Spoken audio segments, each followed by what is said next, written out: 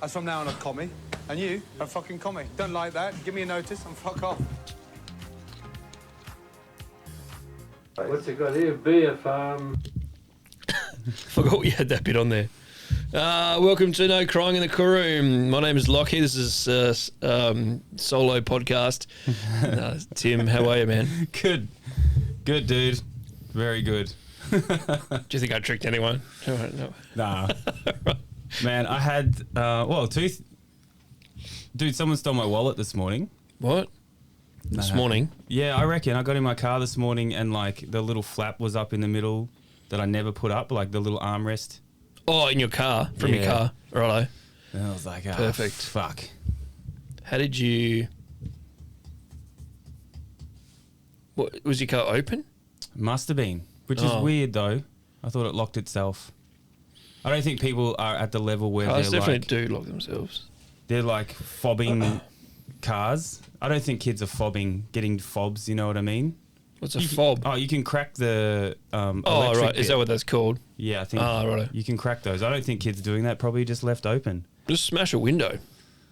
Yeah. That's normally how you do it. If you want, yeah. But if you want to open the center console, just smash everything. Take the 18 cents. They took like $2 worth of coins. Perfect. Yeah. And my bum bag, which had my wallet in it. You're right. Do you know what I did? I wrote a list. All right, what am I going to have to do? Yeah. Cancel that, lock those, move that, and then I just went, got my coffee and moved on with my day. Sweet. Chefed it. Yeah. I was trying to tell you something. It's actually quite easy to cancel shit, eh? Locking stuff's nice on the bank app. Yeah. It's actually easier than actually getting your own money out, probably. Yeah. Locking your money out is probably easier. This is funny. That part really easy. Yeah. Who knew banks just want your money and you not to have it, yeah? Yeah, that's so funny. Yeah, you can lock it, no problem. Oh, but can I have it? Nah. So you have, sorry. Yeah, that'll be $10 to unlock it. Bank fees. I was trying to tell you something before. I had a hilarious situation of trying to help someone. Yeah. Yesterday and today. Okay. An old comic came to me, an older established comic, and I like to be respectful and, help them. But a lot of like comics get fucked up in the end. What do you mean? It's sort of like kind of like how chefing. Fucked up? Oh, drug and alcohol abuse. Yeah, okay, and that sort shit of thing. lives and Righto. on couches at 50 or 60 years old, or like never putting it together. Yeah, they yeah. had their moment. They're still trying to live their moment, but their moment's gone. Yep. And this very lovely guy came to me and asked if I could help him film like an internet series that he can make money off. Okay. Because he's just got out of rehab, and this is going to be his project moving forward. Fair enough. And I said, how much money do you want to spend? And he said, I don't have any money. Yeah. And I'm like, well, okay, what do you want? Yeah. What do you want from me, dude? Yeah. I'll come and film it for you. And then you'll just have to get yourself 2 SD cards. I'll film it. You can move on. You edit it. Yeah. And live your life. And I'm happy to help. No worries. Yeah. And then I got on with the rest of my day. And then like later that night, he sent me a text. And he was like, oh, hey, man. Like, do you know anyone that has any drugs? Because I've just picked up this woman and she wants some drugs. That was the next question. Not what editor do you use? Or, And I was like... how do I sign into YouTube? Yeah. No, man, I don't. But it's just so hilarious that, like, that's some of these guys. And I love comics. We're the best. We're fucking nuts. We're very similar to chefs. Yeah. I'm helping this guy because he's out of rehab. And the very next text is just putting himself in the shit again. I meet these people everywhere, though. Like, it's not necessarily rehabs, not necessarily like old comics or old chefs. They're just like people that are just going to like, you can help them only so much. Yes. And it's almost immediately that you just realise, oh, okay, that's fine. Yeah. Yeah. Or you put yourself, like, you want to be a nice person, you put yourself out, we're both very busy. But it's funny that a human being will immediately like close themselves off. Yeah. The next step should have been like writing the script. Yeah. His next step was to find a hooker and get some drugs. Yeah. Yeah. It's just a flash in the pan. And then tell me about it. Ask someone else, dude. I'm the guy who's just about to try and help you put a series together for free that you can make money off. Yeah. Don't ask me. Yep. Ask somebody else. Yeah, totally. The amount of times somebody's asked me, like, how do I film XYZ on my own channels. And I'd very happily tell them. But they, as soon as I start telling them, you can see them go, oh, fuck. There was no cheat code? What do you mean? There's no... I just have to do it? Yeah, you just have to start doing it and figuring it out. But I can show you, and they're like, oh, you know, is there not... You're like, no, I don't have like this special light that makes everything look sick and edited wickedly and That's gonna perfectly change the timed game? to music and shit. You're like, I don't have... Oh, sorry. Yeah. Yeah. And You- you you're can't either get gonna past ha- that boundary either. Where you're they're gonna like, have to be- I've got to do it. Exactly. You're going to have to be me with my upbringing, with my fucking, you know, whatever. Like, you just either have to be me or really want it or really want to listen. Yeah. And speaking of cooking with gas, it's going well. Free gas. Cooking with free gas. No, it's just called free gas. Isn't it? Oh, yeah, maybe it is. My fault. Well, there's no maybe. I mean, I fucking wrote this down. It's Called, yours. it's called free gas, yeah. So Where did I it's get called cooking fucking with? free gas. Free gas is a fucking, like a quote-unquote cooking show. And we're doing it on all the free park barbies around Perth. So we cooked, we just launched first episode, which is cool, which is funny as fuck. We did Lamb it a couple of weeks tacos. ago. So it was lamb tacos, yeah. So we cooked the whole lamb leg boneless on a park barbie, which took about 20, 30 minutes. So it's a couple of pushes of that fucking button. And then, tortillas, soft tortillas and pineapple and all kinds of shit. Yeah. So check it out. We did a whole tomahawk at the Bayswater Library last week. So that's our next episode. Did it come up all right? Spoiler alert.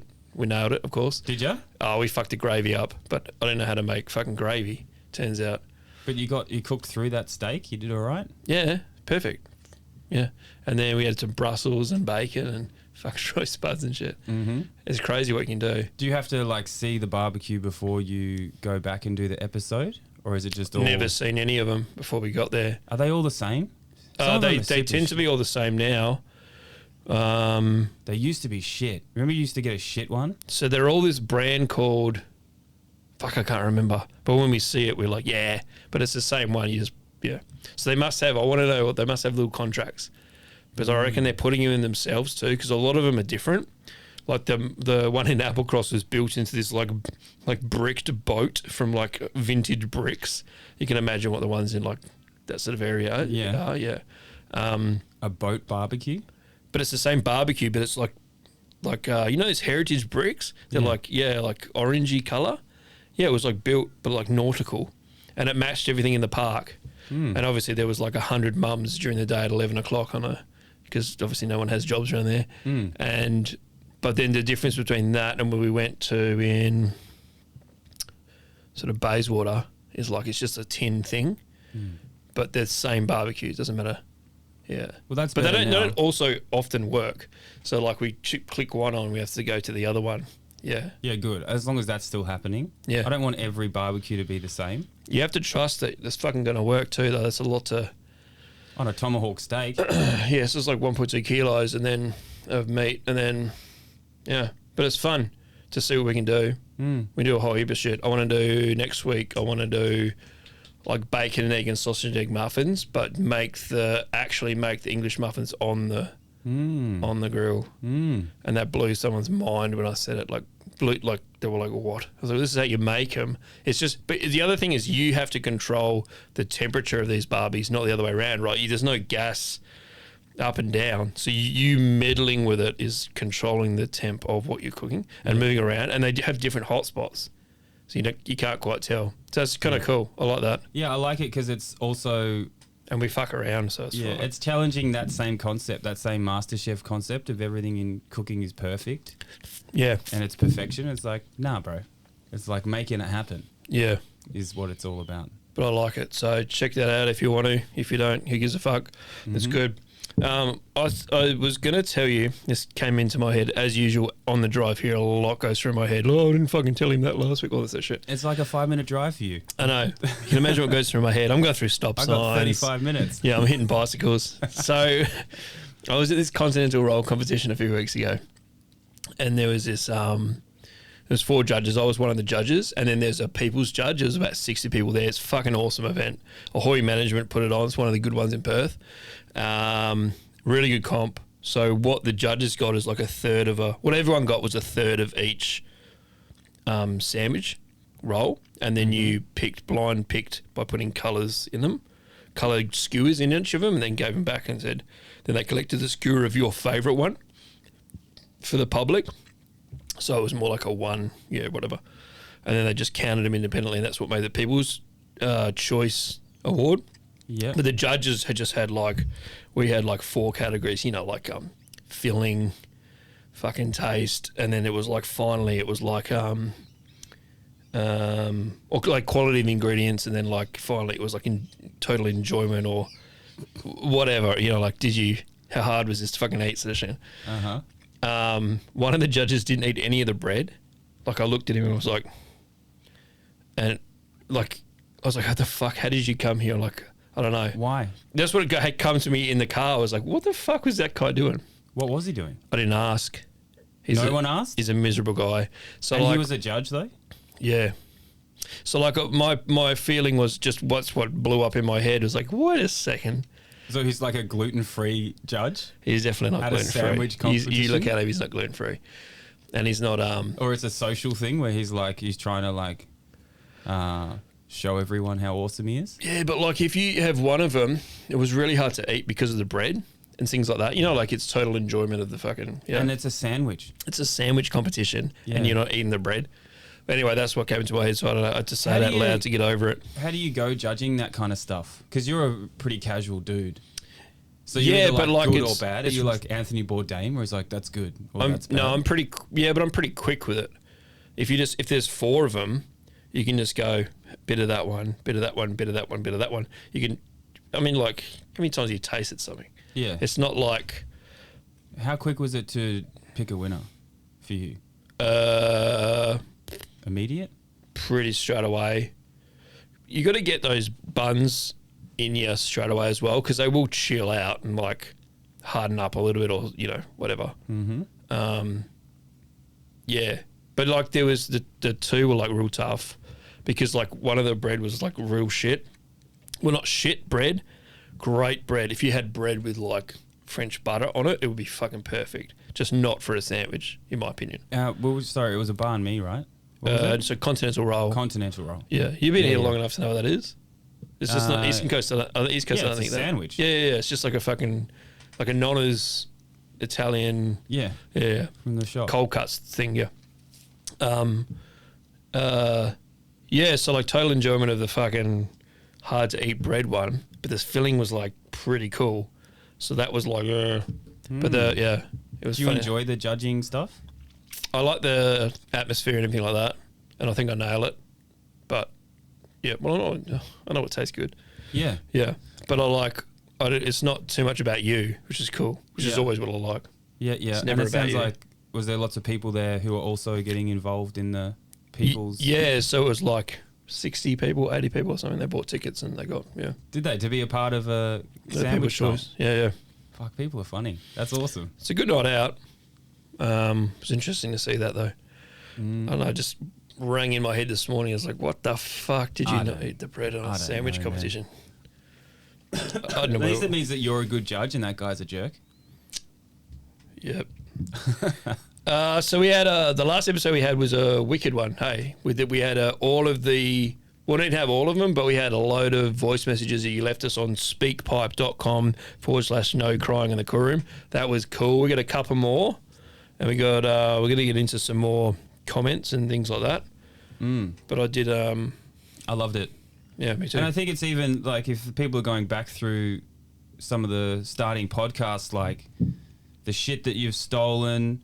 I was talking to a chef yesterday who was talking about how this guy was ripping off a function company, how he was skimming off the top of things. You're right. So he was the best one. What do you mean how? Oh, go on. Yeah. Well, he was hiring trestle tables at $55, $60 or $150 for the day. Yep.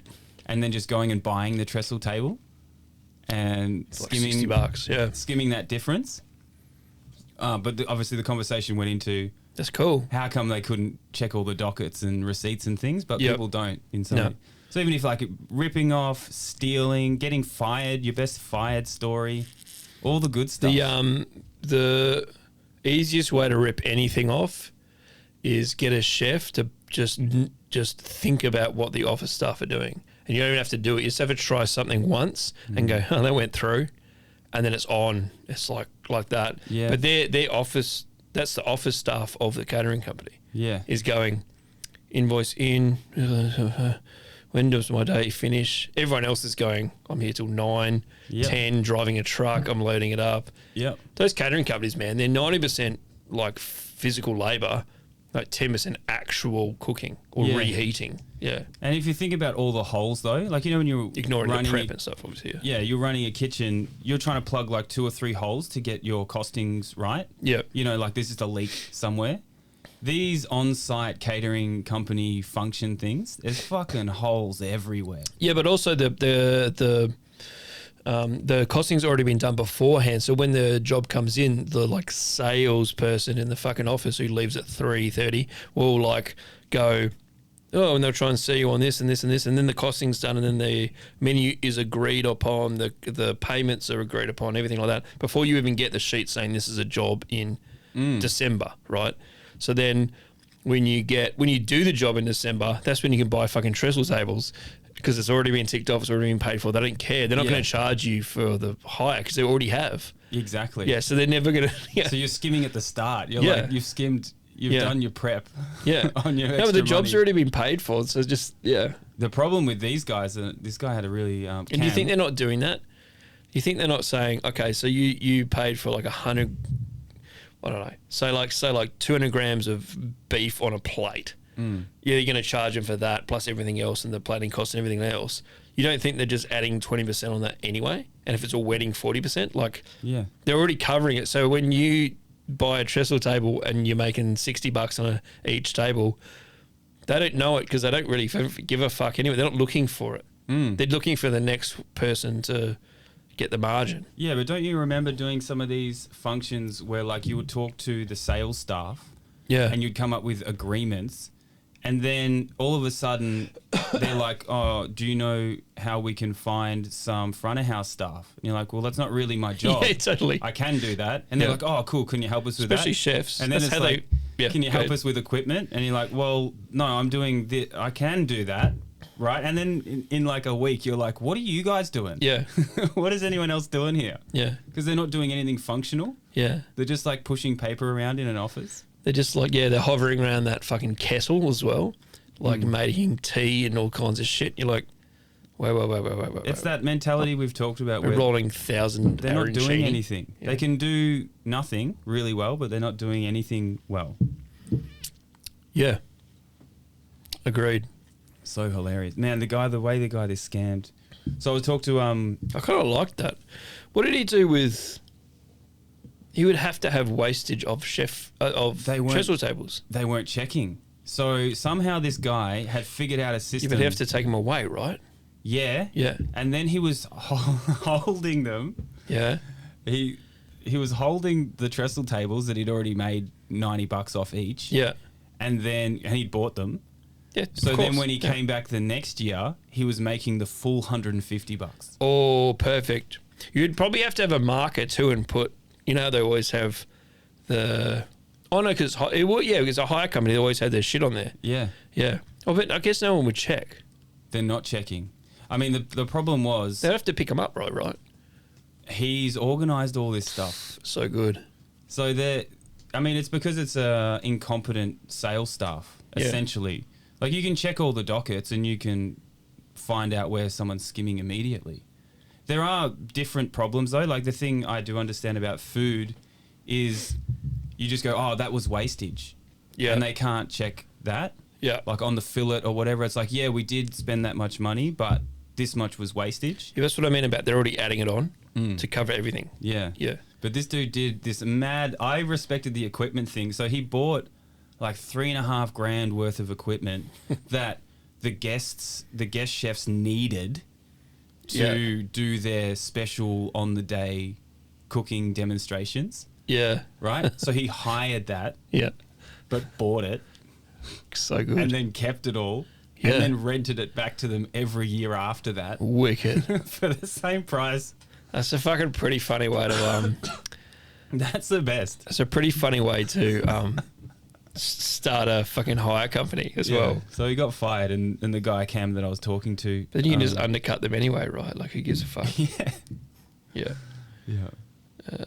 Where were we? I think we'll do one voice message. Again, well, I've never listened to this. We've never listened to these.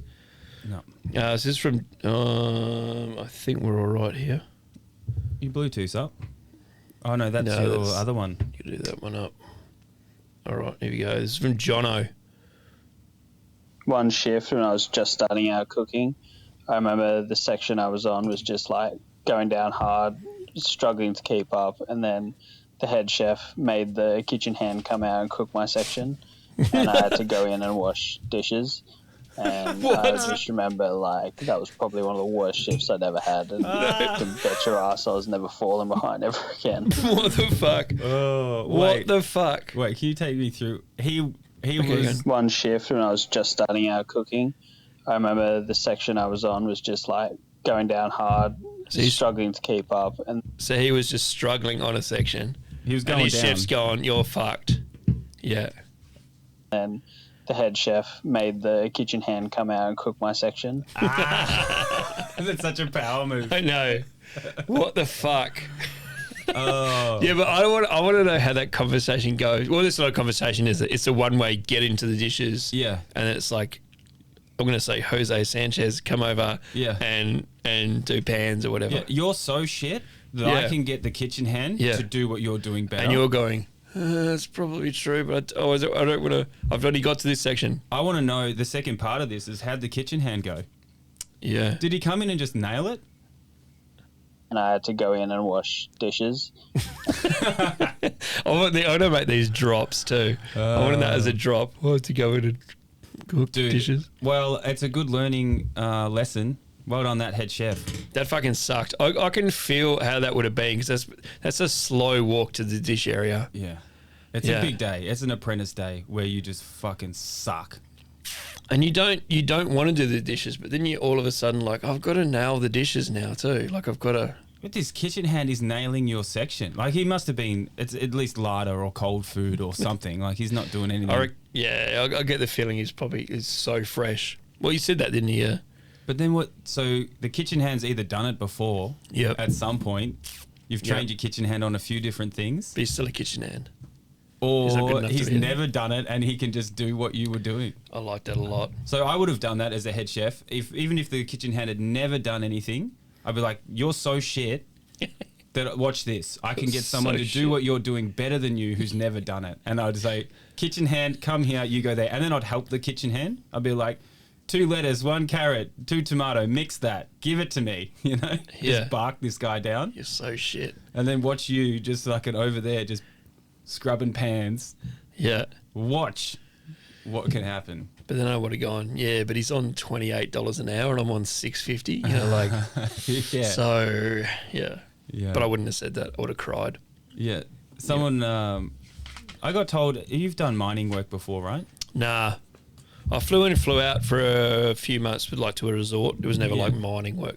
Never. So like, the kitchen hands all get the same benefits as like a normal mining person, of like mental health days or breaks or like all that OH&S stuff. Yeah. They can't do the same movement for too long because it's repetitive or whatever. Like all that dumb shit. So like never peel a potato. Yeah, well, you can only peel so many potatoes, and then Definitely you need don't to chop chives, swap out and all this, and they get like 6-hour shifts or some shit before they change out, and they get cared a lot for. Yeah, right. Like a normal person. Yeah, but then the chefs get nothing. I've heard that because my mate James works up there, but as like one of the head chefs on site. Well, I don't know what these fucking names are. They've all got names, right? Yeah. I'm not sure if he does it anymore. It'd be cool to get him on and ask him all this shit because, like, he definitely had. I can't remember these stories, but like, that's exactly that sort of shit where it's like fucking HR driven. But it doesn't make any. It makes the kitchen grind to a halt, and you don't have people. So if you can have a sick day, but you can just make up a sick day. Like you just make it up, and then you're not on site, and you can't because there's the HR rule, which should be implemented. If you are sick, obviously don't come to work. Yeah. but you can like completely milk it where you've got a swing. Obviously, I'm speaking just from hearsay, but you can have a swing where you just like sick a bit, but then they went in get you back. So when you're back in Perth on the fly out, there's a chance you just won't get flown in. Right. So it's that sort of thing. It's like that's my understanding of how they deal with it. But I don't know. I think different sites are different. I've heard all kinds of different. It was easy. My assumption was that there was like more chefs than you needed, and it was easy, and everything got done, and you got paid a fortune. Not from what I hear. Yeah. At all. Yeah. Everyone else gets taken care of again, except the chefs, even the kitchen hands. Yeah. And if chefs miss flights or whatever, or don't come, you still have to do everything by 4 o'clock. Yeah. That day. But the onus is on the people that miss flights who just replace you. But I don't know if that happens anymore. Because the money was raised a lot, especially during, obviously, COVID and stuff since then. And then everyone's developed a staffing issue, I guess.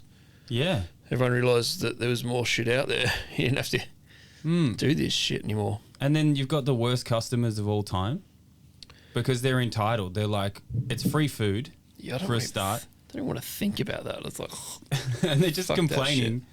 Like, they're not even wanting to come to your restaurant, but they have to come. Yeah. So then they can just complain the whole time about everything. Yeah, totally. And just entitled fucks. Like, when we go there as comedians, we're like, this is the best thing I've ever seen in my life. There's like 7 choices of dinner. Yeah. Whereas they're like, oh, the same 7 choices of dinner. Yeah. Again. Yeah. Like, fucking back it up, bro. Yeah. It's Seafood Friday. Every time I've met anyone that's done the mining for FIFO, it's always been they are complete whingers about everything. And I don't think they were born to whinge. I think that's where it's been bred that you are really looked after. Yeah. And, you know. And also, again, I don't know this shit, but this is what I've experienced. Yeah. It's like, oh, you're FIFO. They seem reasonably miserable. Like, all those boys I don't want to do underground mining. Nah. Yeah, fuck that shit. 12 hours a day, night shift stuff, away from people. Like, it is a shit job. And yes, you get paid a fortune, and that's the trade-off.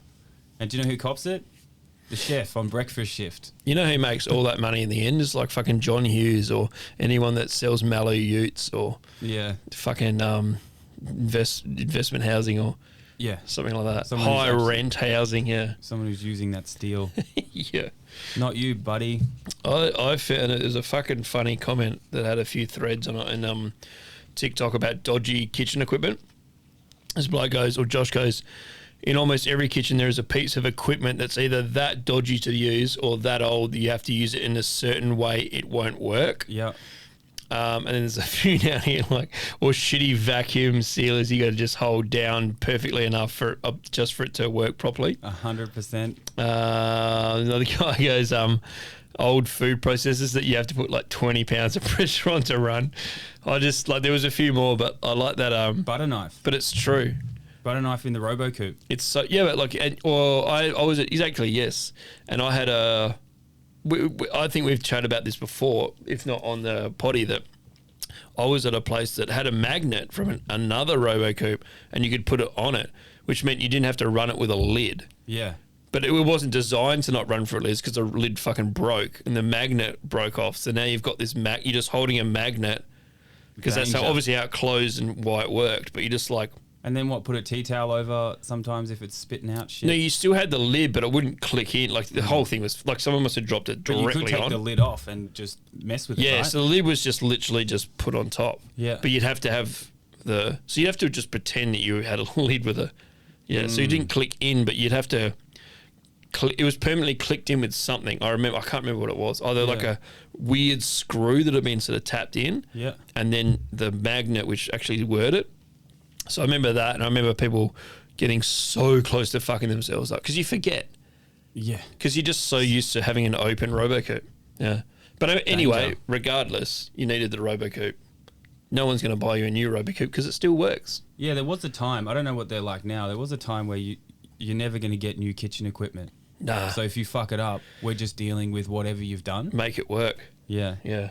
In the back of those RoboCoops, when they click in, on the handle, there's like some little slots. Yeah, yeah. We used to put a butter knife in that, like we had to click it in, but then put a butter knife in the slot. Yeah.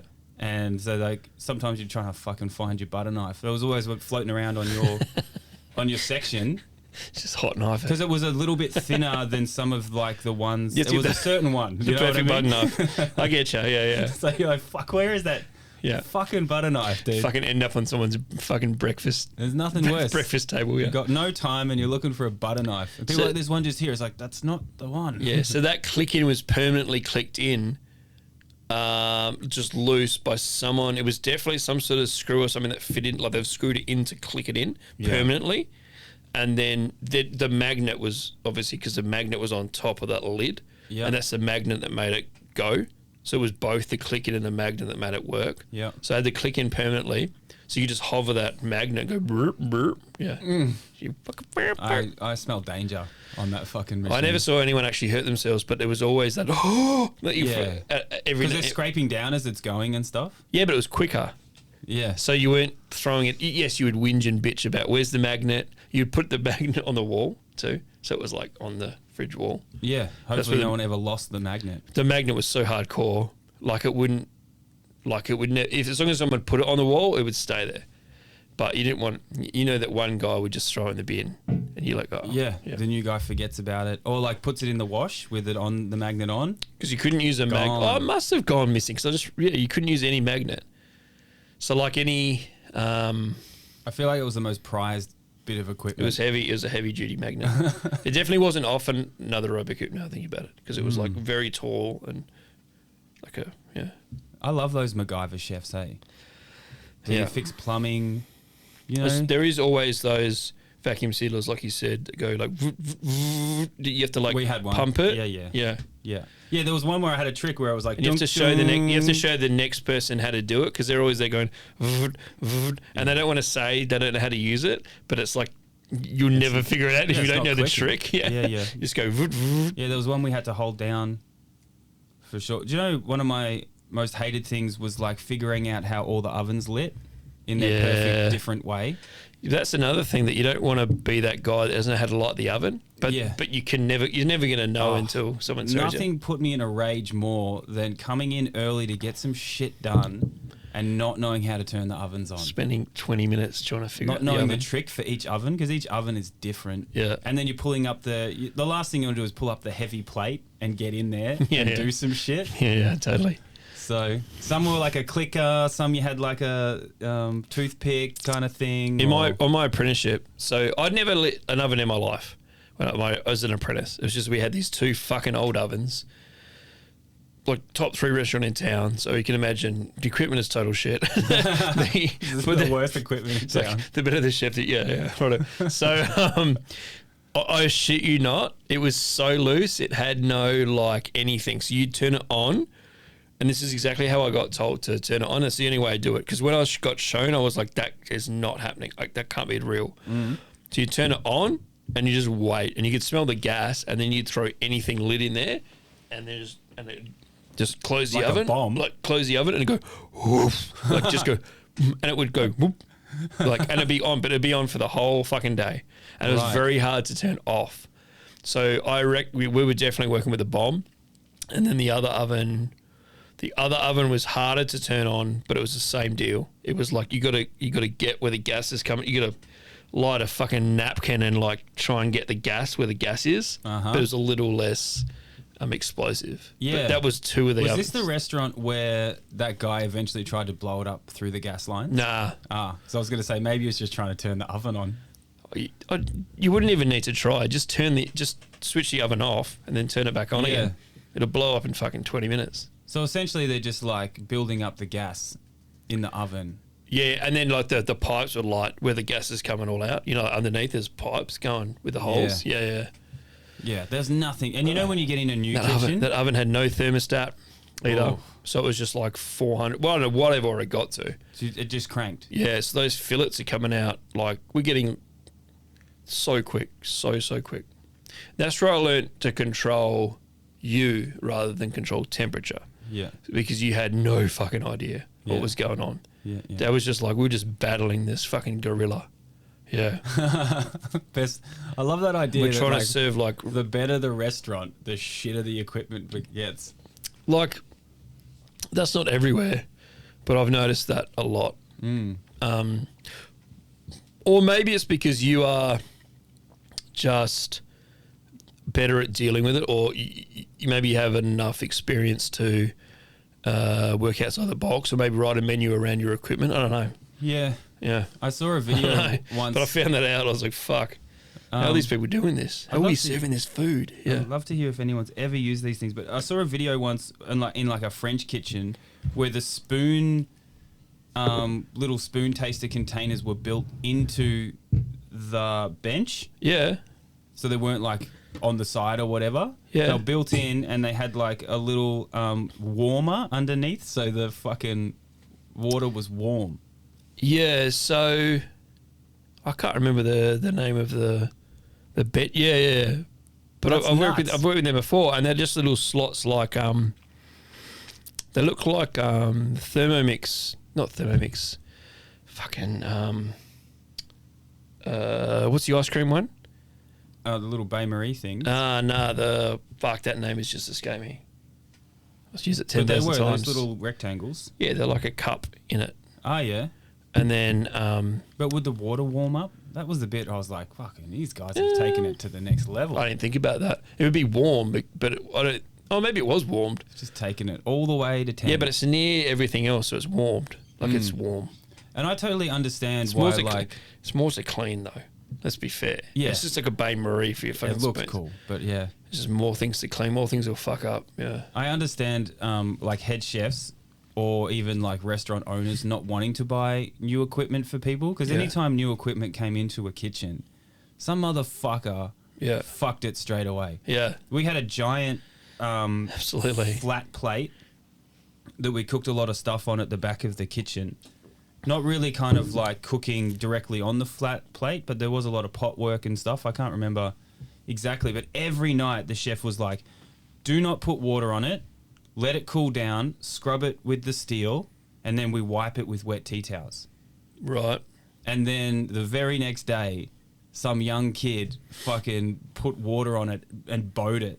Just bowed. And I think it was like $120,000 thing. I've seen that before. Someone put ice on a grill and it cracked right down the middle. And just bowed. And you fucking should have seen the chef's face, man. Yeah. Oh my God. Yeah. And there's like, so now he's just like, I'm never buying anything for anyone. How about that? Yeah. This kid just fucked it for everybody. And not only that, you cook it on a fucking cracked grill. Yeah. Yeah. I've seen a cracked grill. It was like fully on for ages. You know when it goes like, you've turned it on for the very first time and then it goes kind of blue on top. It's just like fucking cranked. So they're always those not quite cowboys. It's just gung-ho. Oh, yeah, I've got to cool it down as quick as possible. It's like, you just turn it down. Yeah. We don't need it right now. Just turn it down. It'll cool off a bit, you know. Yeah. He put like a bucket of ice from the ice machine on it, and there was this just ginormous, and it was like a pop, like a gunshot, almost like a pop. Wow. And then, it split. Just went, yeah, right in half. Game over. I was like, you fucking legend, eh? Yeah. You legend. And obviously he was like, how do I know? I was like, we all said it's okay. Like, we all said, don't worry about it. Why did you choose ice then? But also no one said chuck a bucket of ice on. Yeah. Yeah. Those cunts are never in charge. And if they are in charge, they're fucking ruining a place. I love the online stuff where people show how they clean grills. Because there used to always be the guy in the kitchen who's like... I've never watched it. Oh, really? Never.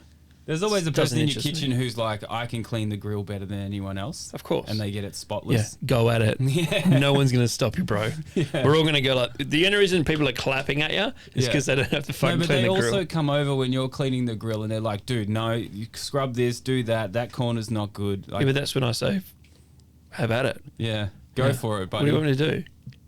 You're not going to damage my ego. You had to clean it perfect. Yeah, of course. Fucking tons of places you got to clean it perfect. Perfect, yeah. And they have all their little tricks. Yeah. Do this bit, do the water, scrub that bit, go around, rinse it off, da-da-da. Yeah. Put the vinegar. No. I do like the experience of getting it perfect, like in the first run. Just go, you know exactly what you need to do, and then just get it all done. Yep. I wasn't that good. I was that good in the end. Yeah, but you're the meat guy. Yeah, but I was the meat guy early. So I was the guy to clean the grill very early in my apprenticeship. Yeah. and at that standard. Dude, that fucking, you couldn't have the tiniest, the edges. You couldn't have anything, dude. Everything had to be silver. I don't miss the end of the night and pulling all of the fucking pan tops off. Yeah, every taking night. them over to the kitchen hand. Yeah. I was always cutting them first with a fucking spatula. I was always cooking on one burner, like so you didn't have to clean it. Oh, always. And a lot of these shit like added up to the end of my career where I was just good at stuff in hindsight because I'd had figured out how do I cook this dish on one burner, or how do I cook this whole table with one burner. So because these guys are scrubbing while I kind of like take this like a team. There's a real team effort. Like I've got this. I don't know how, but if you can do 5 of those burners, and if I need one, bring it back. Yeah. And then try not to need it. Just try and hang on. Yeah. Meanwhile, there's like a $65 mains going out on one burner. You're like, fuck, how the fuck did I do that? Yeah. Yeah. That's what it's about, though. Like, even at home now, I'm like, yeah. But also that makes it interesting, right? Rather than going, we've got one table left, we can't do anything yet, boys, and everyone's fucking amping to do the floor and make everything good and wrap everything, and not yet. It's always that chef that goes, not yet. No, we got. For what reason? Let's get out of here. For what fucking reason? It's the same shit. We got beers to drink, dude. Speaking of that, there's a few deconstructed comments. Yeah. Well, so there's Michael said we had a deconstructed. What was the one we had? Deconstructed lemon meringue pie. Yeah, that's it. So he said, and then there's a heap of comments under that of different deconstructed ones that I've had to do in the past that they didn't like. Yeah. Says Michael goes, deconstructed beef Wellington was the dish I had to push, and no, that's not a typo. So I replied, what, like steak and mushrooms or something? Pastry topper? And he goes, steak, duxelle shaped with a dariole mould, prosciutto, cigar and pastry. It looked like it was plated by a toddler at a Play-Doh table. I kind of like that one. With the beef as well? Yeah, he just says steak. And the garnish is the cigar. But it's deconstructed, right? So you don't have to... Yeah, so the pastry was a cigar. You got the prosciutto, cigar and pastry. So I'm assuming it's... Ah, yeah. I'm assuming. Do you know what's like one of those though? brick cigars we were going on about one day? The hardest thing about a beef Wellington is actually cooking the meat inside the beef Wellington. Oh, yeah, it's fucked. So we had to do for Diggers and Dealers one year. We had to do beef Wellington for I want to say 3,000 people. Fuck no. The prep for that was so fucked up, dude. So we would obviously, just trimming the beef. Imagine. Just trimming these fillets. And then we had like beef glue as well because it was obviously it was going to be so much wastage, especially from the tail, right? And you want to get it even. So I totally forgot about beef glue. We're basically, that's the first time I ever saw it. No, it's not true, but yeah. It's the first time I ever saw it used just like it was... like painting like it was literally glue, yeah. So you would take the chateau and kind of glue it to the... the middle section you could get, and then there was bits you would glue to make a fillet, so you just roll in it. Yeah. So you'd have to do trim. Someone was being gluing it, but this would go for days and days and days. It's like a week of just trimming, and then the next week would be sealing it, and then they would cook it to 60 or something independently. The fillets, and then obviously cool that down. And in the meantime, you have to do like temp checks on everything because it's going up to Kalgoorlie or going down to Kalgoorlie or east, whatever. And they're so anal about recording. They should be. Yeah, so you have to record everything. Like such a nightmare. And then obviously the amount of duxelle we have to make is fucking insane. Yeah. And then wrap everything, and we would double roll the pastry through the pastry. Jesus. Yeah, so we were making the pastry. It was coming in on rolls, but we would double roll it to get more out of it, and also it was like, I don't know, so it wouldn't be doughy, I suppose. Yeah. And then like obviously in the end we're rolling this shit, just rolling for days, and it got so mind numbing. Like it felt like cabin fever. Like it was like, oh, we got to do this again today. And who was in charge of this? Because someone would have had to really think about this fucking shit. So I don't want that job. Yeah. I was just sort of doing it, and then every now and then there would be like a stop. Wait, we can do this better or more efficiently. You know, that sort of like it was a day to day. Yeah. But no, And so then so you would just- much money outlaid before you go. You've already cooked the fillets pretty much, and then now you're just trying to cook the pastry and heat it up. But that doesn't. Did that work? So someone had a genius idea to freeze them all, but I think that was because of the truck and the time it took to get up there. And in the defrost, it was a nightmare. Like they all cracked. They Yeah. all cracked. So all your weeks and weeks and weeks of work, it all cracked. And anyway, they came out fine. They came out perfect. Did they? Yep. And they're all sliced. Even just serving them. We're having like 4 people slicing them. And then, you know, there would one person literally taking him over to all the plates. So it would be sliced Fucking A. onto trucks, you know, big trucks trays and putting them on but they look schmick, bro. You can just like a slice of, Yeah. Yeah, But that's but got to be like- one of the hardest things to do ever. yeah, for like 3,000 people. That's a And they're all having the same shit.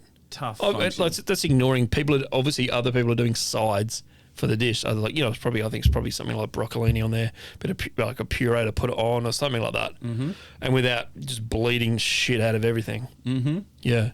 Fuck, man. And some of those calls where you're like, should we freeze all these? Yeah. Oh, I reckon that's probably a good I didn't want to idea. do it. I wasn't that in charge there, though. It wasn't like I was making final But the decisions on pastry this stuff. might have proper fucked up. I reckon it might have gone. It might have all drooped. It might have Gone soggy. really wet. Yeah. So that was the thing. So I don't know. But obviously, I'm not going to. Do you know what I want to see? I want to see a cooking show try and do 3,000 beef Wellingtons. Yeah. That's insane. Yeah. And then there's like that thing about like trusting who you trust with what. Because you're always going to have those numpties around those catering companies that are just good at doing random shit and not doing Yeah. like good shit well. You can clean the broccolini. I'm doing the duxelle. Yeah. Even brushing them, I remember we pre-brushed them with egg, and that's so many eggs. But it's just to reduce what you bring up there as well, because it goes on like fucking semi-trailers up there. So you got to reduce everything you do. Mm. But to have that done, I was like, fuck. Function and catering is just a whole nother beast, eh? Yeah, Like, that it's meat just- glue's fucked too. Meat glue, yeah, I think it's cancerous. So if you breathe it in, it can glue your lungs together because that's where it operates in that temperature. Yeah. Yeah, we had a few You of can those. feel things. it. Oh, you can feel it in the air when it's Yeah, happening. yeah, yeah. You can feel it in You your know nose it's bad. and on your lips. You can Yeah. feel it, and you're like, I don't want any part of this, but let's keep going. And you got to move. They ended up just having like a guy that glued it, or a couple of guys that were Just just kill gluing. one person. Let's Just not try gluing. and kill 3. Yeah, but you couldn't have it around everywhere. Just have it in, I don't know. But I mean, like, that's a lot of wastage if you're doing just whole fillets, and you Yeah. couldn't get. Now I'm trying to think of it. Maybe that some of them came in from a. Yeah, sorry. The first half we did, so they fucked up anyway, and then the second half of the fillets came in already glued from a company. From Ryan's Meats, and they like pre-glued in the right amount of weights. Thank you. Yeah, but I think that was all them probably doing the same as us, using their scraps or whatever. But Yeah. that's whatever, gives a fuck. Yeah. No, It was that already meat- rolled and everything, when we used to use but that was late in the game. And we were like, what the fuck? Why didn't someone investigate this? But who knew, right? that shit's so. When I used it, the funny thing about fine dining was like, well, you know when the gastronomy stuff really amped up and things, and Yeah. we're all doing fucking Heston Blumenthal shit, and it's meat glue and Yeah. I just remember this shelf of chemicals, the Yeah. xylitols, Yeah. the xanthan gums, but the other ones that were way worse than xanthan gum, the other emulsifiers and Or the agar, all this sort of shit. yeah, I mean agar's okay, but there was just a fucking list of chemicals in this extra shelf that we had, and the meat glues and things, and I'm like, man, and I was kind of coming to the point where I like wanted to do organic food stuff. Yeah. I was like produce heavy. Oh, check out this fucking, speaking of this, it just reminded me too. Check this. I did this fucking wicked steak sandwich yesterday. Did it have meat glue? I'm going to show you it. No, it was like, that's what reminded me because it was like just a fucking wicked steak. Yeah. Bread, perfect, yeah. Yeah, right. Yeah. From Molly's yesterday. Fucking this massive thing. Jesus. Yeah. But look at this. Look at this shit. Oh, that's perfect. Yeah, dude. That's It's fucking stunning, bro. Sorry, It is- camera. You don't get to see it. Oh, if we do a clip, I'll just fucking chuck it up. Yeah. It's from Molly's and Irish pub in Perth. It was like perfectly pink. Yeah, I found it all a bit... Garlic bread on the outside. Oh, Like yeah? garlic butter. Yeah, nice. Yeah. Good touch. Crispy onions and shit. I found it odd Yeah, that that sizzler bread. that they were trying to like you would go to a high-end kitchen and get more chemicals than you would at the pub, is what I found odd about it. Yeah, true. Because they were putting it in all of the purees and stuff to like every purees looked perfect, but they had emulsifiers in them now and stuff like that. Well, we would put xanthan in the puree, like a half, like tiniest little bit, and that would just all clear it up. So it was wouldn't be watery, Yeah, and then it was shiny. Yeah. yeah, and then all of those extra fuckers where you're like, I don't know, you'd get like the yogurt whey, you turn that into a puree or Oh, something, yeah, you know, yeah. but you're just putting a bunch of chemicals. It's agar or whatever else those fuckers are. Yeah. It was nuts. I got out of there and became a farmer. I think that's what got me.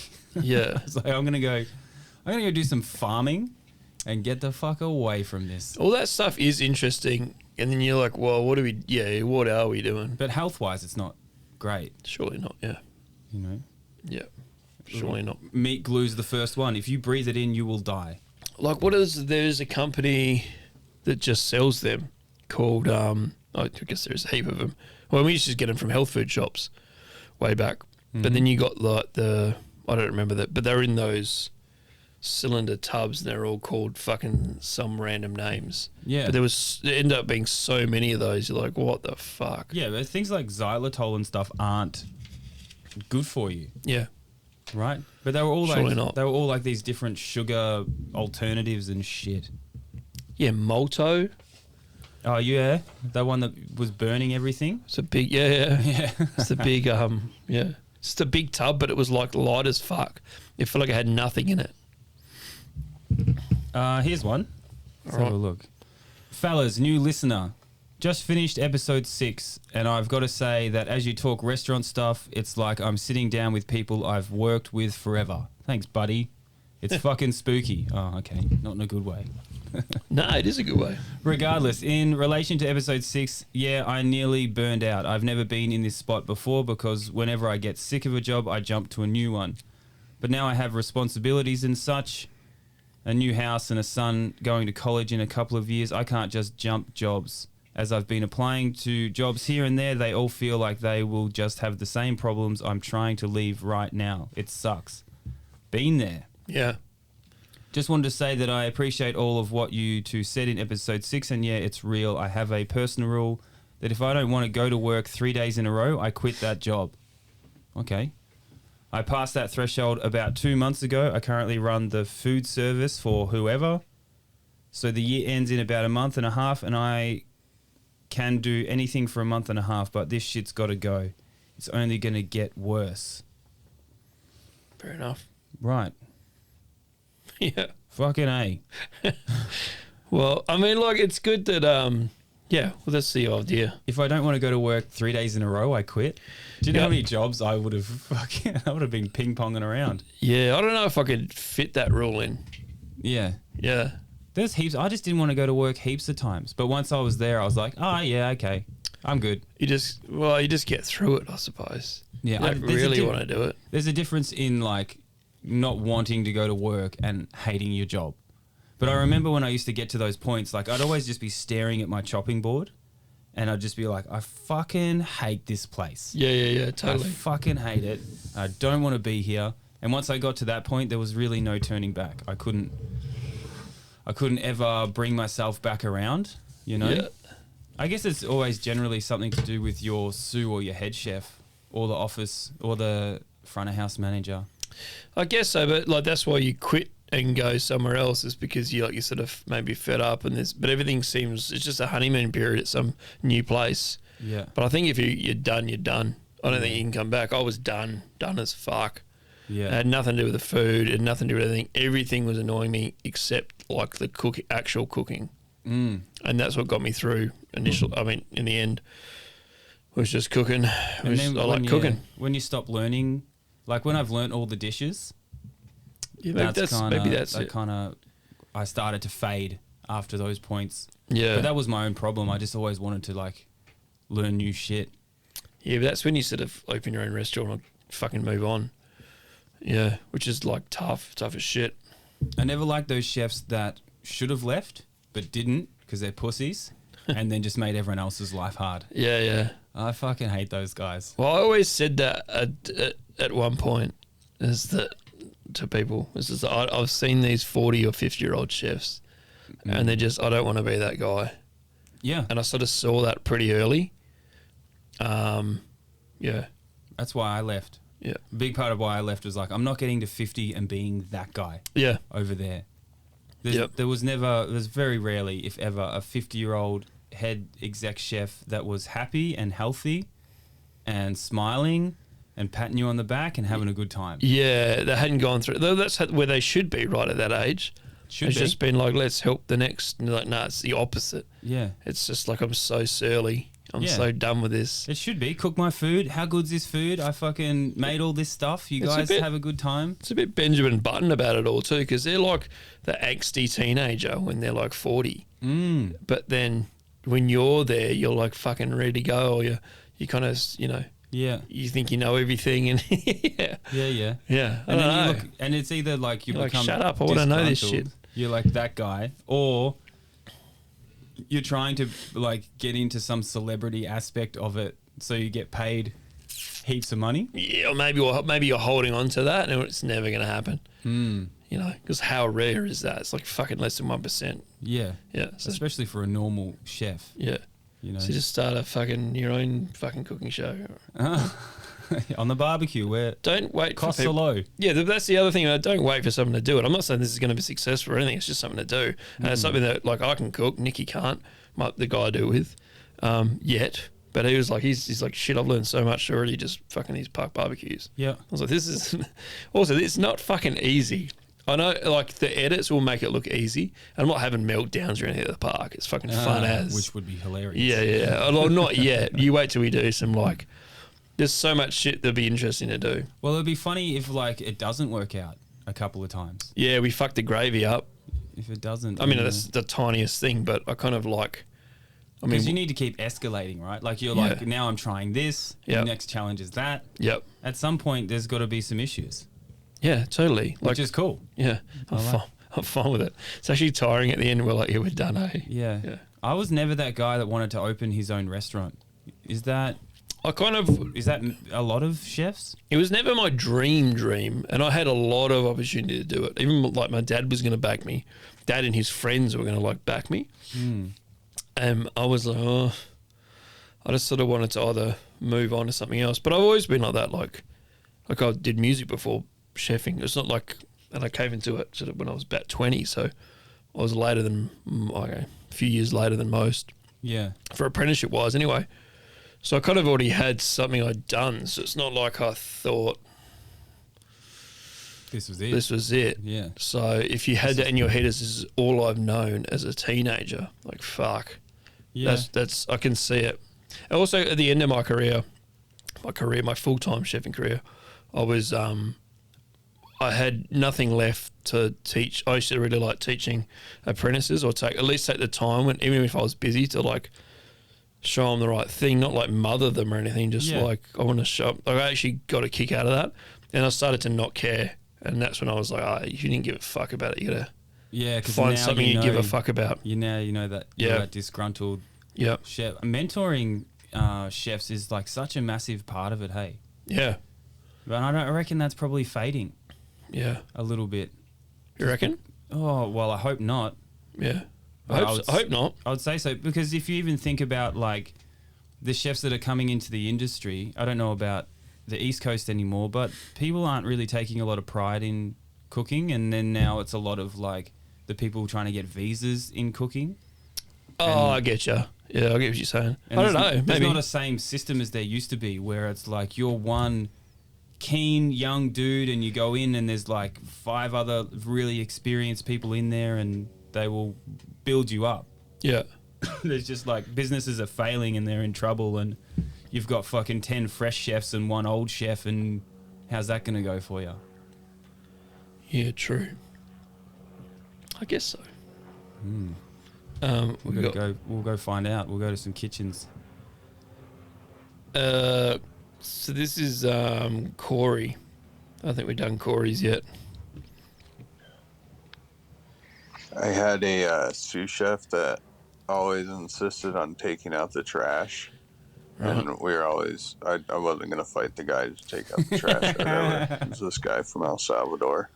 It was like this nicer restaurant in Florida. And one night I hear somebody banging on the front glass of the restaurant.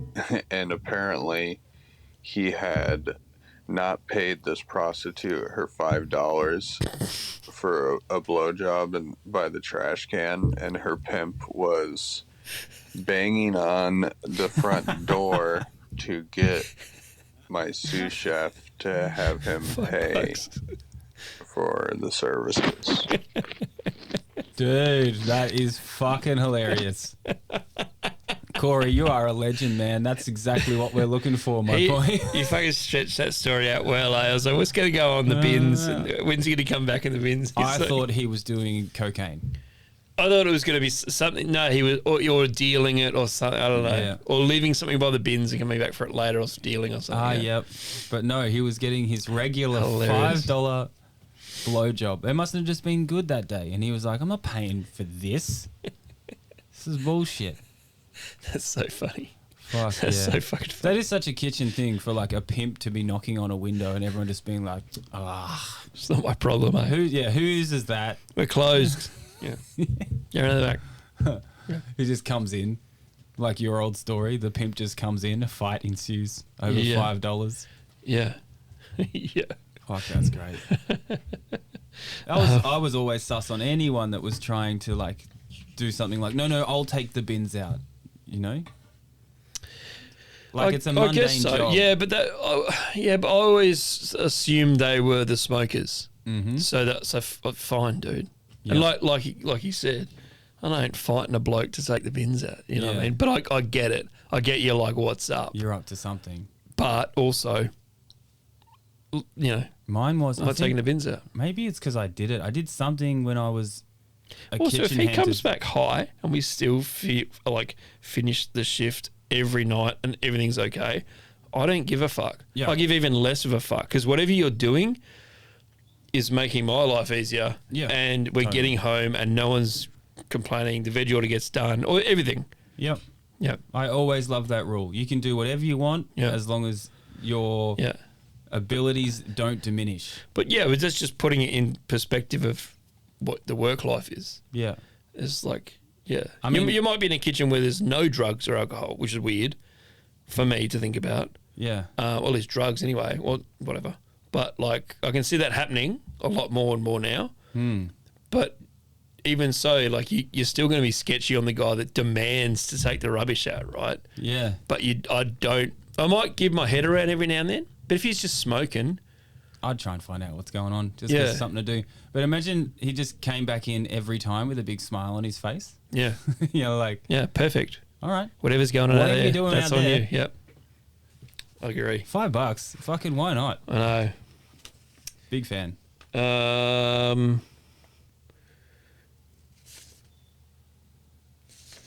This one, okay. So this Toby guy said, a mate of mine worked in a place where the new apprentice threw away 3 sets of good Yorkshire puddings on a busy Sunday because they weren't done right. My mate got so angry he started slapping the slapping the side. Didn't look where he was slapping and ended up with a check spike in his hand. Yep. I've seen some check spike injuries in my time. I've had it I haven't done it angrily, but I've had it through my fingers a bunch. Yeah. Like just caught the skin and you're like, oh, Jesus. Yeah, I saw one in someone's index finger. That's literally just going like spiking it without looking. Yeah. I was a female chef on her index finger. Oof. And just like, I kind of like chunked it right in. Didn't go through, but chunked it right in. I don't know. It's a thing. Yorkshire puds? I don't know. People in England fucking, you got to out. do the perfect Yorkshire pud, so maybe he had a point. I don't know. People, did you not remember that? They used to go crazy. Yeah, I remember that. Fucking crazy. Fuck, I had a good Yorkshire pudding the other day. Yesterday. You made one? No, actually, well, I had a roast dinner and this steak sandwich. And someone was doing Yorkshire puds in Australia? Yeah. Fucking rock on, eh? If I can show you, can't. Oh, this would come through on the I love nailing a Yorkshire pud. That'll come It was through on the good. Bluetooth, maybe. Oh, yeah. It's fucking like, I don't know about roast, man. I just don't know. Hey. You know what it is because you can just nail it. Yeah. Or everyone's got their own opinion on a roast. I just don't know. We used to do the best roast fucking for fucking the whole of England. I'll just claim it. Just claim England. We just did the best May roast. as well. And it was good, but I still just didn't really get it. Why? I don't know, because it's like, look, it's meat and veg and a Yorkshire pudding and some gravy. Totally. I just was never going out and ordering that. I don't know.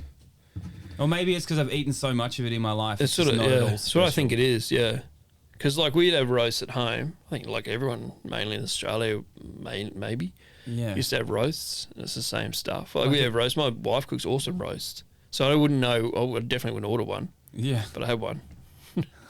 A steak sandwich. Like, was your roast? I'm sure. We had some reactions about the front of house snitch. Yeah. So That was hilarious. Well, how do I say this quick?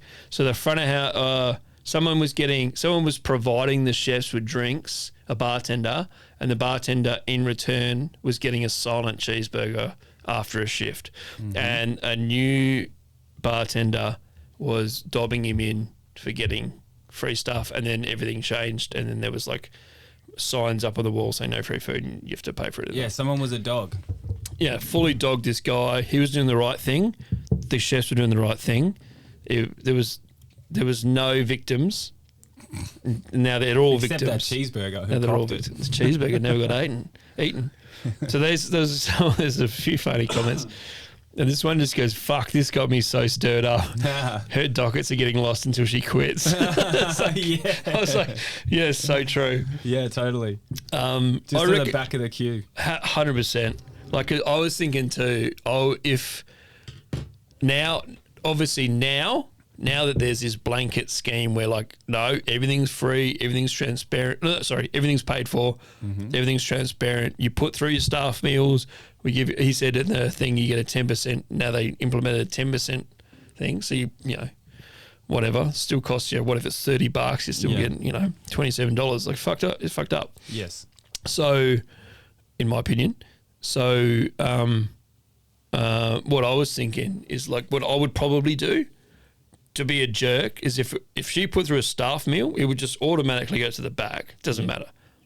If it's at the back, it just keeps going to the back. Yeah. And she's getting it maybe 3 minutes before her shift finishes. And then you're like, well, we were busy. We were busy. Like, we're going to use what you have in your pocket to kind of fuck her as well. So he's kind of right. I looked at it and went, that's hilarious. And then I was like, it's exactly probably what I would do. Yeah, I definitely wouldn't. But I would be in any definitely bring it up rush. to her face as well. I'd be like, hey, bitch. Yeah. It was cool. You just had to ask. Yeah. Like, we're not giving away free food. It's a fucking cheeseburger. Yeah. It's not ask. It's come up with your own hustle. Yeah. Don't go and complain to people. Or find out. Find an angle. Yeah. You've got like 7 savages here who want a bunch of shit.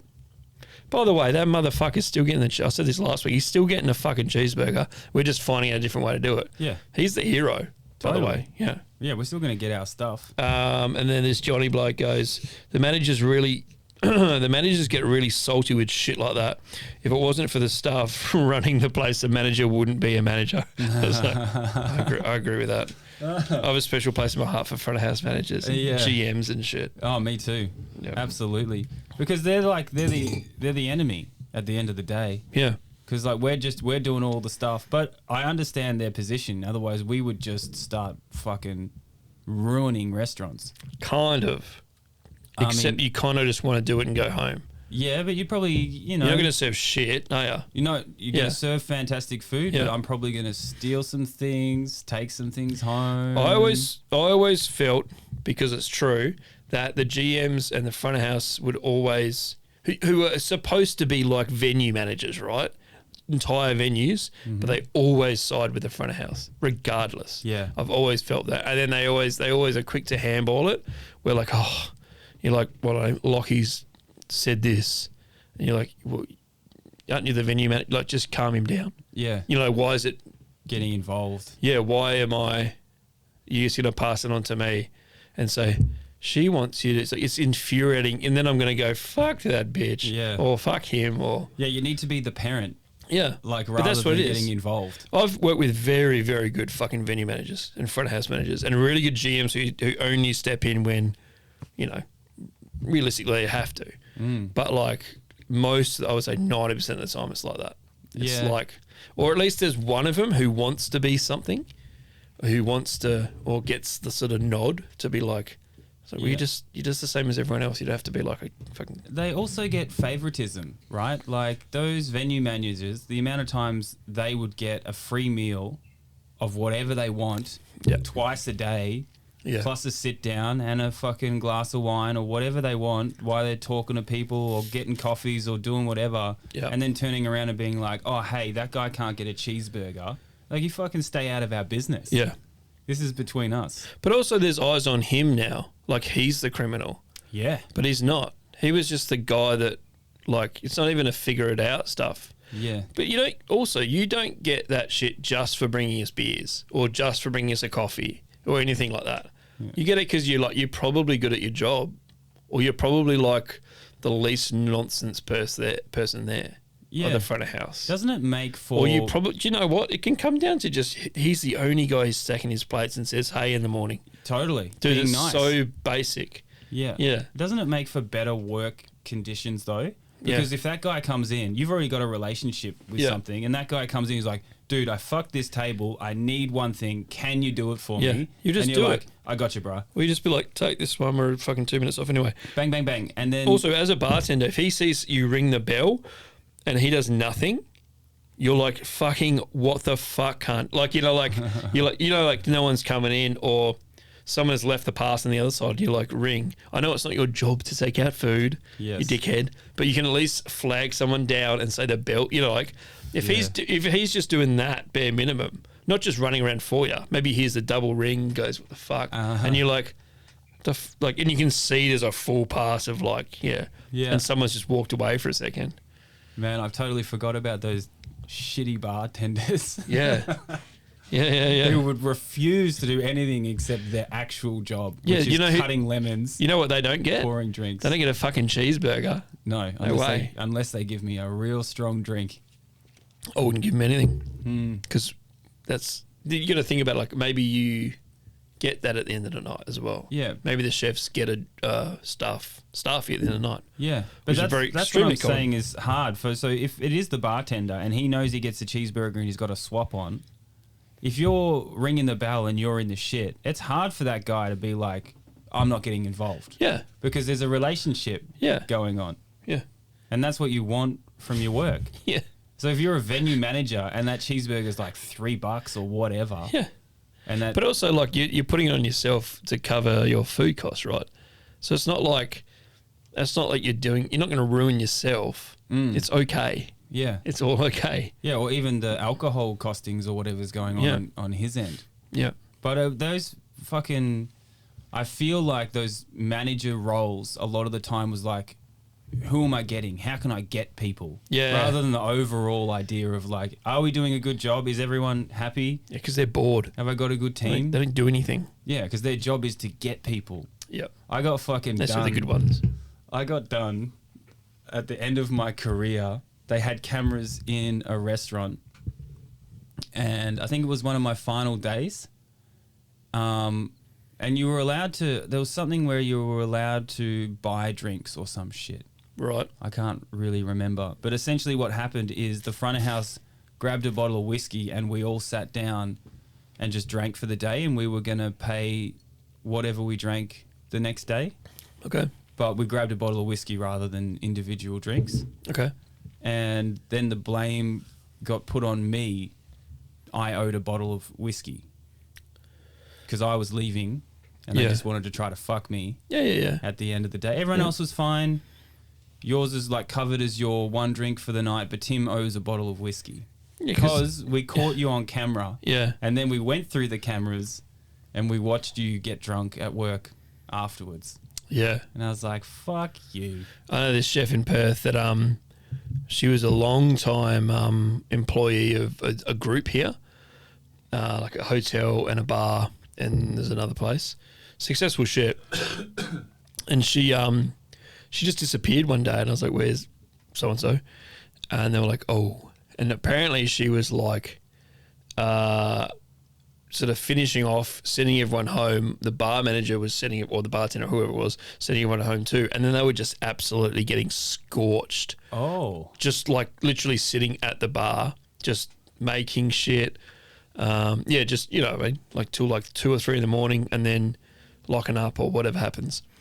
And then, so she was like dead to them all. Wow. But I felt it was like, he was like, yeah, but that was that. It's like they caught her on the cameras once. It was I don't know, someone saw something. And then they went back through it and it was like forever. Every night. It was going on forever. I don't think every night, but like it was going on for so fucking long. Yeah. And it was like you can imagine how much money in their head, they would have gone, okay, that's this and that's this and that's this. Yeah. But how are they not recording the alcohol though? Did I? That's just so many places, hey. Like we expect everyone to be recording everything, but that's not every place. It never was back in the day. I reckon every place I've ever worked at, I've known someone that's put through like 2 fucking club sodas instead of 1 or something. You know, just cover stuff. Yeah, that's the holes, you know. Yep. There's too many holes in the game, and you're fucked. Yeah. You got to plug those. Realistically, how many people check their check? Of course they do. But like at those places, it's like, fuck. It's the difference between like, you know, $220 and $230, $240. It's like, not, in the end, you're like, this was a nice meal. We had a good birthday. It was a good anniversary dinner or something. Yeah. I'm not saying this happens all the time. I just know that I've seen it every single place I've worked at. But it's that magic nice word, or not. wastage. Yeah. They come into the bar and they're like, we're kind of down like a bottle of vodka, and you're like, like over put it through in someone's room. Yeah, on hotels. We've been trialing classic. these new cocktails, and like, you know, we had a couple of sendbacks. Like someone orders a vodka and this, and you make it, and oh no, actually I wanted a Jack Daniels and that, and you're like, oh, that was wastage, and you know, sorry, we didn't write it down on the wastage sheet. We were busy. Yeah, done. Yeah, that's a bottle of fucking grog gone out the door. Or write it on the wastage. Like we know, like true. Yeah, but also it comes in like I worked at one joint that we had like beer battered whatever, so that was just a constant. Like we need another jug for the beer batter. We just made 1 beer batter for the fucking day, so it wouldn't matter. It wouldn't matter, but they just got in a habit. But that would never go on our costing. Yeah, that would just be constantly, like sort of 3 times a day, where you would have a jug for the crew. Yeah. Yeah. Because I remember someone it's very showed me... fucked. It's fucked up if you keep doing that every day. Someone like showed fucked me, up for your health, but but not necessarily. It's a good gag. Yeah, it's a good. We need more beer, and you do it like a panic during service. Just go, we need beer, and you go, and you like, and then you just be a complete cunt. Just ring. You're like, where's that beer? What beer do you want? It's like, has to be like full strength. As long as you got that in your head, you're like, doesn't matter as long as it's full strength. Yeah, and they're like, VB. Yeah, the good old VBs. Are there. Someone showed me more. Fucking bubbles more. Just so is this vodka. They're making beer batter and they put soda in it. Yeah, and I was like young, and I was like, what the fuck? He's like, yeah. Oh, instead of the beer. Yeah. Instead of beer, they just use soda. Yeah. And I'm like, oh, that's why every kitchen has beer batter. To drink it. To drink it's the beer. Got nothing to do with taste or flavour or fucking whatever. You can just put soda in it. Yeah. Get the same texture. Fanta's good. It comes out wicked. Why would that be? Loads of sugar. It's a good colour. You can more like for like a chicken something, or it's not like it tastes like Fanta. It just comes out a bit more coloured, like you got a bit of saffron in there or something. Is it sweet though? Like fish and chips with Fanta batter? No, but like you've put Okay. like beer batter doesn't taste like beer. Mm. Yeah. Yeah. Like if you put lemonade in it, it's like soda water doesn't taste like water. It just tastes Yeah. like batter. But you can burn it. You can burn that. There's just so much sugar in it. Fucking A. It's like Coke batter that'll be dark as fuck. Well, not dark, but like, yeah. But I know this Fanta. I did it for one day. I did it for my kid one day. She was like, "The fuck?" It wasn't because it tastes like Fanta. It was just like it was a bit more of everything. Doesn't taste sweet. No, it always gets burnt off. Huh. Like, you know, you put vodka in the batters and stuff because it's got high alcohol. Yeah. That'll burn quick, so it gets more bubbles. Uh-huh. Yeah, but it's not. It doesn't taste like vodka. Yeah. It just tastes like batter. Good It's a tip. flour. That's awesome. Yeah. That makes me want to do some kind of like Kung Pao chicken Fanta fucking crumb Go for your life. batter thing. That's come from just having like shit in the fridge. You're fucking around. Yeah. That's a great tip. There you go. Fanta batter. You'll see it next week on everyone's menu. Yeah. Fanta batter. Fanta batter chicken. One more? Anything left? This guy just says, oh wait, this is a good one. Fucking front of house pocket docket, collecting them from 5 or 6 different tables, bang them through all at once just so they can stand and chat. Pocket docket. Yeah. That's hilarious. They just fill their pockets. They just do their section and then just stand around. Yeah. Yeah. We're They claiming... used to piss me off when they would just go like this. Yeah. They just put every fucking docket through. And you're You like, get fucking mental. yeah. There was nothing worse. And then like a front of house team that thought that was okay. That's another thing. Front of house, they would never get they would never get reprimanded to the degree that you would get reprimanded for like missing a fucking thing that you never got. You know, like Yeah. you get so just ripped to shreds for like missing something that was never put through. Yeah. And you have to do it like go, quick, hurry up. The other stuff's gone. You're like, yeah, okay, but we never got it. I'm not going to stand here arguing, but we never got it. Yeah. But then they put through their whole section of what they just And sections. and talking about front of Table house job. managers, front of house managers that didn't care whether the staff were pocket docketing. yeah. The But front I of think house. that's like, I mean, I worked at tons of places that actually cared, but the staff were trained properly, or they'd just move on. They'd just be like, "You're no good here." You have to. Yeah. We've got like, especially if When you're you in, see that, you're like, if you're in a good restaurant, your main job as a front of house staff is to help us pace the orders so we can do a good job. but that doesn't help them. No. What helps them is getting their section done and standing Why around. can't I just go from this table to Drinking- that table to that table, drinking the Pellegrino? Yeah. knock out all these food orders, then get the drinks done, and I'm good to go. Yeah. Well, okay. Well, then now you're going to Yeah. get 4 tables at once on the pass, and if you can't take all of that food before it goes cold, you're fired. Yeah, you're just trusting everyone's a team player, which they're not. They're like, wait. So I can hack this? Yeah. It's actually such a funny thing that like you have to be such a team player Yeah. in that environment, but That's it's the not bitch ru- that goes, "Where's my cheeseburger?" yeah, exactly. And someone turns around and does that. Yeah. But you're being a team player because that's like how it functions. I don't know if there's really many other jobs like that. Yeah, when it works, it's fucking great environment to work in. When it really It works. feels good, eh? Yeah. And everyone, front of house, back of house, everyone's, fuck, Yeah. we did it tonight. And that's why I actually probably elevated more into fine dining and gastro and stuff, because in those environments, the end of the day was, shit, we actually did something. Yeah. We did that. That was It epic. felt like an achievement every service. Yeah. Yeah. Totally. Yeah. I used to have a sous chef who would ride me because I probably wasn't as good as I should have been in the early days of hatted restaurants. Uh-huh. And he'd ride me on larder all the time. He'd ride everyone to get everything had to be done by 6 o'clock. Everything. You couldn't prep after that, right? That was Yeah. the rule. Yep. And it would get to 5:55. I still had 7 things to do, and then 6 o'clock would come around, and everything would be done. Yeah. And every day I got to 6 o'clock, and he would hit my section at 6 first, and I would just look at him. I'm like, I can't believe I did that. Yeah. I can't believe I got that done. And he'd be like, good job. But he'd just ridden me for an hour and a half, calling me a cunt and all kinds of things. Yeah. And then he'd be like, good, now let's do service. Yeah. And the like, the pride I had of like hitting 6 o'clock every day, like holy shit, Yeah. that was impossible to do, and somehow I did it. Yeah.